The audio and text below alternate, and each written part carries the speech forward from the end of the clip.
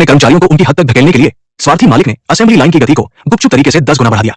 कर्मचारी जो पहले ही कठोर मांगों से थक चुके थे, इस तेज गति के साथ तालमेल बिठाने के लिए संघर्ष कर रहे थे, लेकिन निष्ठुर मालिक अभी भी असंतुष्ट था। उसकी लालच की कोई सीमा नहीं थी।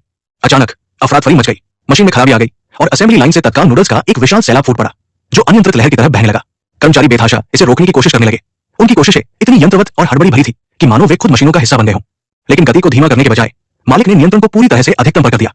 अब नूडल्स तोप के गोलों की तरह उड़ रहे थे और थके हुए कर्मचारियों पर बरस रहे थे। फैक्ट्री में विरोध के नारे गूंजने लगे। ये अब इंसानों के लिए संभव काम नहीं रह गया था।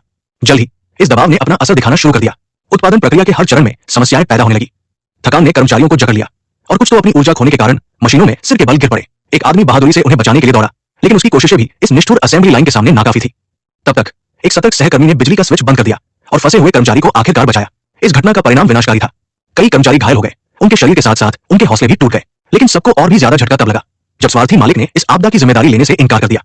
कर्मचारी जो अब उसकी निर्दयता को सहन करने को तैयार नहीं थे, ने खुद मामले को अपने हाथ में ले लिया। अपने न्यायोचित क्रोध से भरे हुए उन्होंने उसका सामना किया, उसे एक कड़ा सबक सिखाया और उससे अपनी चोटों और नुकसान की भरपाई की मांग की।